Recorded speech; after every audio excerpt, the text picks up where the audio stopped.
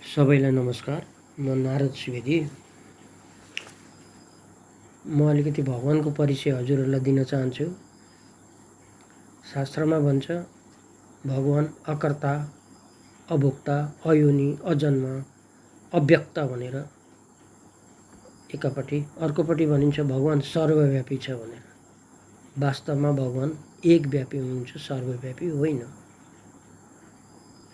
अभोक्ताको मतलब हुन्छ कुनै कुरा भोग नभोग्नु, खाना नखानु, भोग नभोग्नु। कुन चाहिँ प्राणीले, कुन चाहिँ मनुष्यले भोग भोग्दैन, कुन चाहिँ जनावरले भोग भोग्दैन। सबैमा भगवान छ भनेर साध्य हुन्छ। यति धेरै पृथ्वीमा प्राणी छन्, किरा पटेङ्ग्रा, कीटाणु, जनावर, हरेक किसिमका प्राणीहरू, रुख बिरुवा, ढुङ्गा माटो सबैमा भगवान छ भनेर बताइदिए। यति धेरै भगवानको सङ्ख्या कति पुग्यो यो हिसाबले गन्दाखेरि? यति धेरै भगवान हो भने हामी कसलाई पूजा गर्ने? सबैमा भगवान भएपछि भगवानको जस्तो बानी बेहोरा पनि त हुनु पर्यो। कुन चाहिँ मनुष्यमा भगवानको जस्तो गुण छ आजभोलि? भगवान कलियुगमा सर्वव्यापी छ भनेर हल्ला फिजाएका मात्रै हुन्। मनुष्यले परापूर्व कालदेखि भगवानलाई खोजिहिँडे आखिरीमा कहीँ नभेटाएपछि सर्वव्यापी भनेर हल्ला फिजाइदिएको मात्रै हो। वास्तवमा भगवान सर्वव्यापी छैनन्। भगवानको लागि त भनिएको छ सूर्य चाँद सितारे से भी परे रहने वाले भनेर गीता शास्त्रमा भनिएको छ। जहाँ सूर्य चन्द्रमा ताराहरूको प्रकाश पनि पुग्दैन। श्लोकमा बताइएको छ न तद् भासेते सूर्यो न त शशाङ्को न पावक या गत्वा निवर्तन्ते तद्धामं परम मम भन्दै। त्यति टाढो सूर्यको प्रकाश पनि नपुग्ने, चन्द्रमाको पनि प्रकाश नपुग्ने, त्यति टाढोमा बस्ने भगवानलाई सर्वव्यापी भनेर कसरी बताइयो? अर्कोतिर भनेको छ म परेते परे रहने वाले भनेर पनि गीतामा बताएको छ। म परभन्दा पर। भगवानको लागि त बताइएकै छ उच्चा तेरा काम, उच्चा तेरा धाम, उच्चा तेरा नाम, सबै उच्चै उच्चा छ भगवानको। एकापट्टि शास्त्रमा त्यसरी लेखाइएको छ, अर्कोपट्टि मनुष्यले हल्ला फिजाइदिएका छन् कि भगवान सर्वव्यापी हुन् भनेर। यो कलियुगमा मात्रै हल्ला फिजाइएको हो यो सर्वव्यापी हो भनेर। अरू युगमा सर्वव्यापी भनेर हल्ला फिजाइएको थिएन। शास्त्रमा लेखेको छ यदा यदा हि धर्मस्य ग्लानिर्भवति भारत अभ्युत्थानम् अधर्मस्य तदात्मानं सृजाम्यहम्। जब जब पृथ्वीमा अति धेरै पाप बढ्छ, अविचार बढ्छ, तब तब म दुष्टहरूको नाश गर्न र सज्जनहरूको रक्षा गर्नको लागि अवतरित हुन्छु, पृथ्वीमा आउँछु भनेर भगवानले बताउनु भएको छ। जब जब अहिले कलियुगमा अति धेरै जब पाप बढ्दै गएपछि भगवान आउँछन्। सत्ययुग र त्रेतायुगमा यति धेरै पाप थिएन, भगवान पृथ्वीमा आउनु भएको थिएन। द्वापर युगमा पनि कलियुग जस्तो धेरै पाप थिएन। जब पाप बढेपछि मात्रै भगवान आउने हो। यतिखेर भगवान पृथ्वीमा आइसक्नु भएको छ। भनिन्छ नि गीतामै लेखेको छ कल्प कल्प लागे प्रभु अवतारा भनेर। एक कल्प भनेको कति हो? एक कल्प भनेको 4 युगको एक कल्प हुन्छ। 4 युग लगभग पुरा भइसक्यो, एक कल्प पुरा भयो। अब प्रभु अवतारा, प्रभु अवतार लिएर मनुष्य शरीरमा भगवान आइसक्नु भएको छ यतिखेर। जसलाई कलियुगमा कलङ्कीधर अवतार भनेर भन्ने गरेका छन् मनुष्यले। उहाँलाई कलियुगमा यति धेरै कलङ्क लाग्छ नि, झुटो आरोप, कलङ्क भनेको झुटो आरोप, यति धेरै झुटो आरोप लगाउँछन्। उहाँलाई जति झुटो आरोप पृथ्वीमा अरू कसैलाई लाग्दैन, त्यति धेरै झुटो आरोप लाग्छ। हरेक किसिमको आरोप लाग्छ। उहाँको पाठै हो कलङ्कीधर। जतिसुकै उहाँलाई कलङ्क लगाउन् न मनुष्यले, उहाँले त्यो कलङ्कलाई धारण गर्नुहुन्छ। त्यसैले उहाँको नाम पर्यो कलङ्कीधर। उहाँलाई मुसलमानहरूले अल्लाह भन्ने गरेका छन्। अल्लाह भनेको के हो थाहा छ? अल्लाह भनेको पहिलो आदमी, पहिलो मान्छे, पृथ्वीको पहिलो मान्छे। अङ्ग्रेजहरूले उहाँलाई एडम भन्छन्। ठिक छ। जैनीहरूले उहाँलाई, जैन धर्म लिनेहरू हुन्छ नि जैनीहरूले उहाँलाई आदिनाथ भन्छन्। हामी हिन्दूहरूले के भन्छौँ? आदिदेव भन्ने गरेका छौँ। शास्त्रमा श्लोकमा आउँछ नि, तुम आदिदेव पुरुषो पुराना तुमस्य जगतसे परम निदानम। तिमी नै आदिदेव हौ, सबै देवता मध्येको आदि भनेको ठुलो, पुरानो सबै आदिदेव हौ, पुरुषो पुराना सबै पुरुषहरूभन्दा पुरानो पुरुष हौ, तुमस्य जगतसे परम निदानम।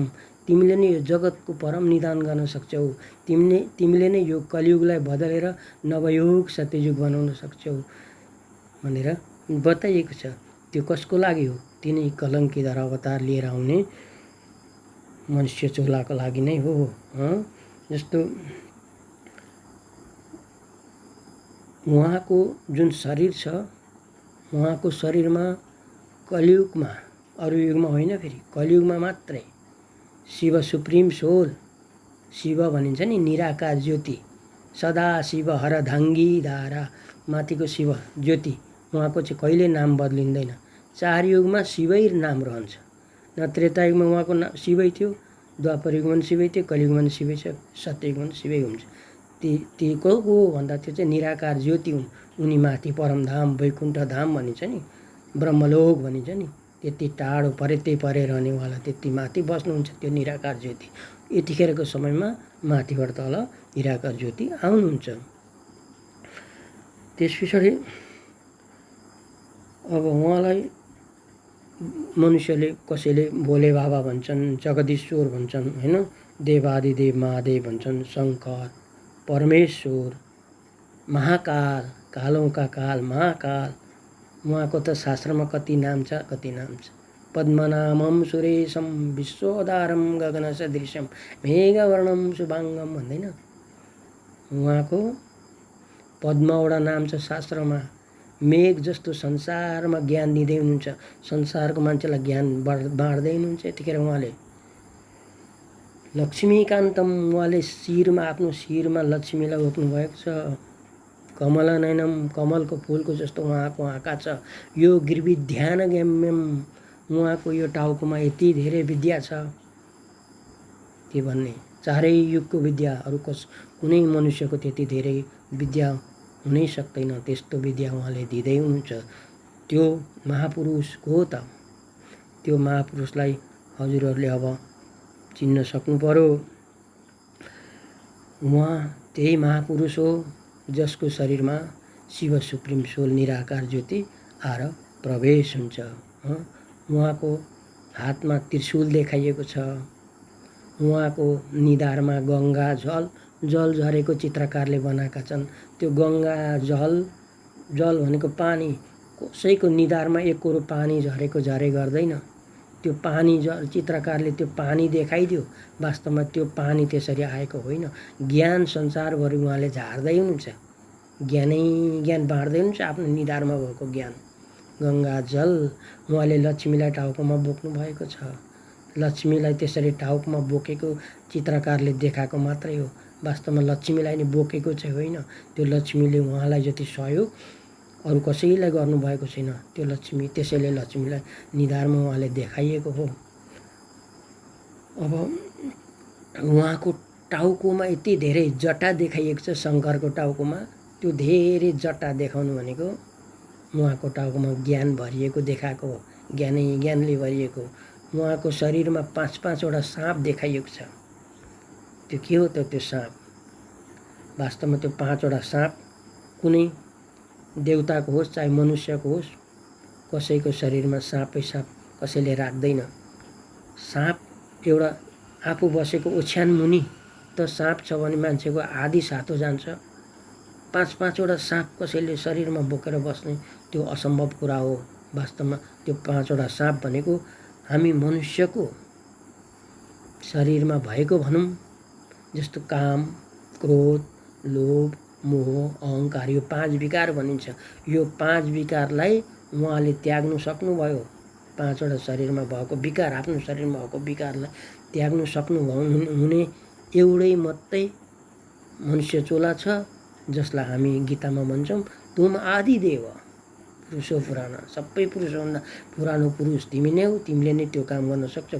5 विकारलाई उहाँले चट्टै आफ्नो शरीरबाट निकाल्न सक्नुहुन्छ। त्यसैले उहाँको शरीरमा साँप देखाइएको हो।